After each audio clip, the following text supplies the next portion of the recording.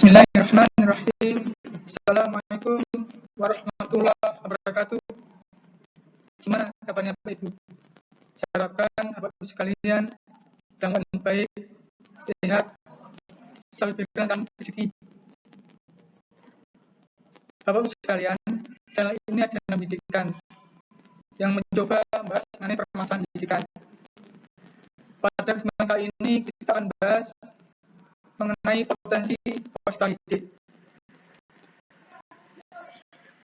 Tetapi sebelumnya, bagi Bapak Ibu yang belum atau baru menemukan channel ini, silakan tekan subscribe untuk pengembangan channel ini, dan Bapak Ibu akan dapat lagi motivasi dari channel ini.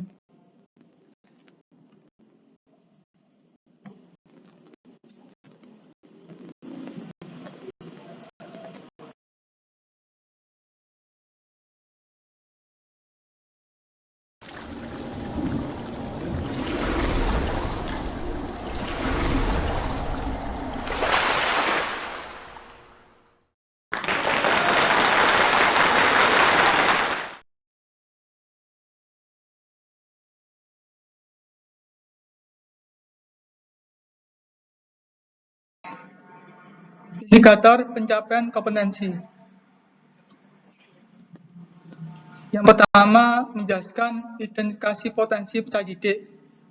Yang kedua, menjelaskan jenis potensi peserta didik. Yang ketiga, menjelaskan potensi kecerdasan peserta didik. Yang keempat, mengidentifikasi bakat peserta didik. Yang kelima, kreativitas.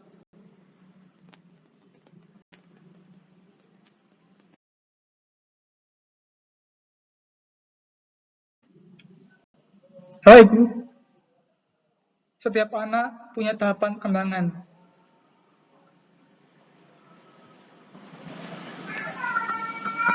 Tahapan kembangan peserta didik adalah tugas utama kita sebagai guru. Tugas guru pembelajar adalah bagaimana mengantarkan anak didik kita pada prestasi yang terbaiknya, sesuai dengan potensinya. Hal yang perlu diperhatikan, pertama, bagaimana karakteristik anak didik kita. Yang kedua, cara mengembangkan potensinya. Yang ketiga, informasi mengenai karakteristik anak didik kita. Jadi kita ini dalam berbagai aspek menjadi satu acuan dalam menentukan kedalaman dan keluasan materi. Sehingga sesuai dengan perkembangan anak didik kita berdasarkan pemahaman tersebut, guru perlu bekerja keras dan kreatif untuk mengeksplorasi berbagai umpan upaya baik dalam bentuk media, bahan ajar, dan metode pembelajaran untuk memfasilitasi anak didik kita secara tepat dan kreatif sehingga sesuai dengan perkembangan kejiwaan mereka dan sesuai dengan gaya belajarnya.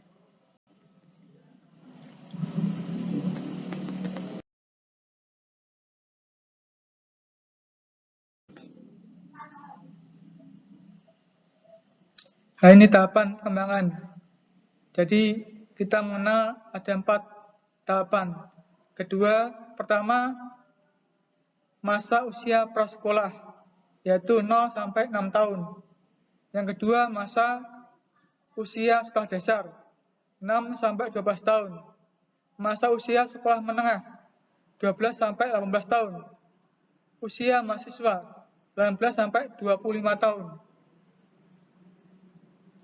Potensi peserta didik ini merupakan kecakapan yang masih tersembunyi atau yang masih terkandung dalam diri peserta didik. Maka guru sebaiknya memiliki kemauan dan kemampuan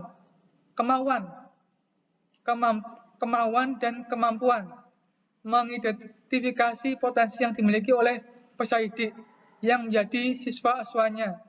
Kemudian bantu mereka mengembangkan potensinya secara optimal.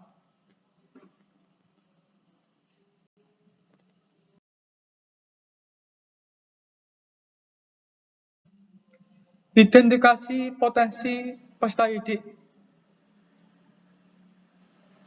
Yang pertama, identifikasi kemampuan intelektual atau kecerdasan umum, yaitu mengamati kecerdasan umum peserta didik, contoh kesulitan belajarnya dan pemahamannya terhadap materi pelajaran.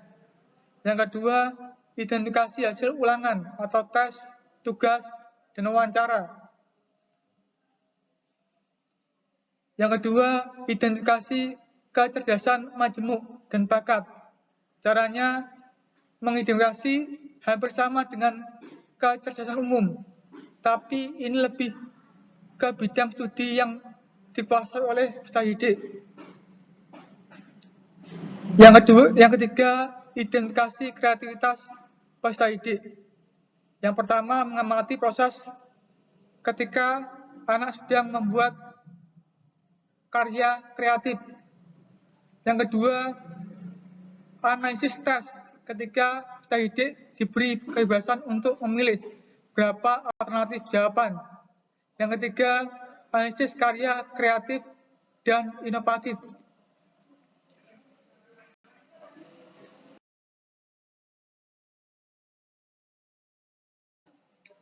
Jenis potensi peserta didik. Potensi fisik, yaitu kondisi dan kesehatan tubuh. Yang kedua, ketahanan dan kekuatan tubuh. Yang ketiga, kecakapan motorik. Yang kedua, potensi psikologis, meliputi potensi kecerdasan umum, kecerdasan majemuk, bakat, dan kreativitas.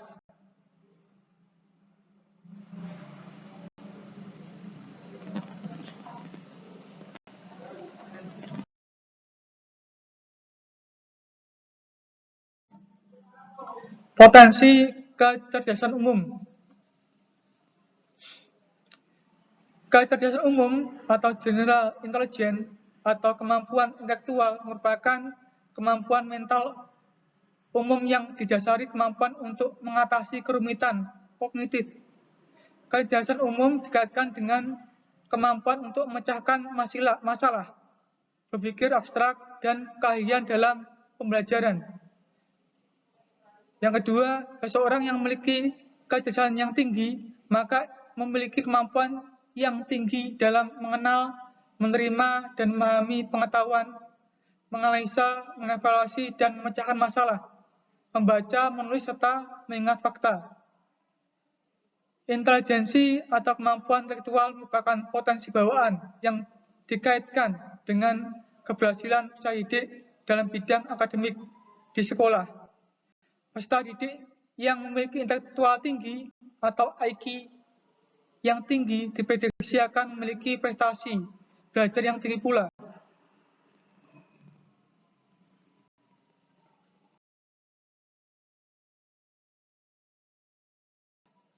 Potensi kecerdasan majemuk. Kecerdasan logis, matematik, mathematical intelligence. Contoh para ilmuwan, ahli matematika, akuntan, insinyur, dan pemrograman komputer. Yang kedua, kecerdasan bahasa, verbal linguistic intelligence. Contoh penulis, ahli bahasa, sastrawan, jurnalis, orator, dan penyair. Yang ketiga, kecerdasan musical intelligence. Contoh komposer, musisi, kritikus musik, penyanyi, pengamat musik. Yang keempat, kecerdasan visual spasial intelligence. Contoh kecakapan pikir dalam ruang 3 dimensi, pilot, nahkoda, astronot, pelukis, arsitek, dan lain sebagainya. Yang kelima, kecerdasan kinestetik atau gerak fisik, kinesthetic intelligence. Contoh oragawan, penari, pencipta tari, pengrajin profesional, dan ahli bedah. Keenam, kecerdasan hubungan sosial, interpersonal intelligence. Contoh, guru, konselor, kerja sosial, aktor, pemimpin, masyarakat, dan politikus. Yang ketujuh, kecerdasan intrapersonal. Contoh agamawan, psikolog, psikiater, dan filsuf. Yang kedelapan, kecerdasan naturalis. Contoh petani, ahli botani, arkeolog, antropolog, ahli ekologi, ahli tanah, atau pencipta lingkungan. Ya.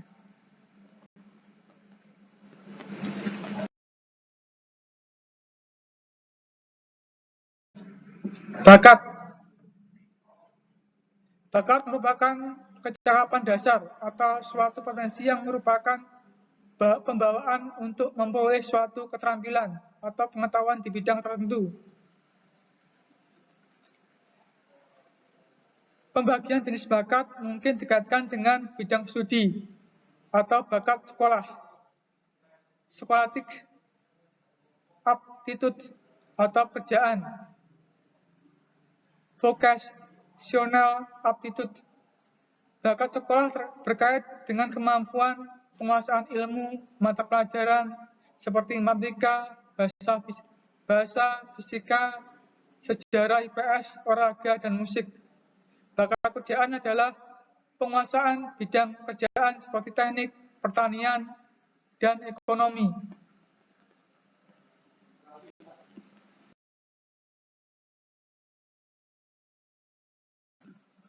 Kreativitas mengarah ke penciptaan sesuatu yang baru, berbeda, unik, baik berbentuk lisan, tulisan, abstrak, dan konkret. Kreativitas memegang peran penting dalam kehidupan manusia. Dengan kreativitas, individu dapat mencapai keberhasilan dan kebahagiaan. Orang kreatif adalah orang yang unggul, terus belajar, membuat kreasi. Setiap orang punya potensi kreatif, meskipun dalam derajat berbeda. Hubungan kreativitas dan kecerdasan, tidak semua orang kreatif memiliki intelijensi yang tinggi. Kadang-kadang ditemukan orang yang kreatif tinggi, tapi tingkat kecerdasannya rendah. Dan begitu sebaliknya. Kreativitas dan kecerdasan berjalan seiring. Lingkungan yang mendukung. Tanpa adanya lingkungan yang mendukung, maka akan terganggu perkembangan kreativitas.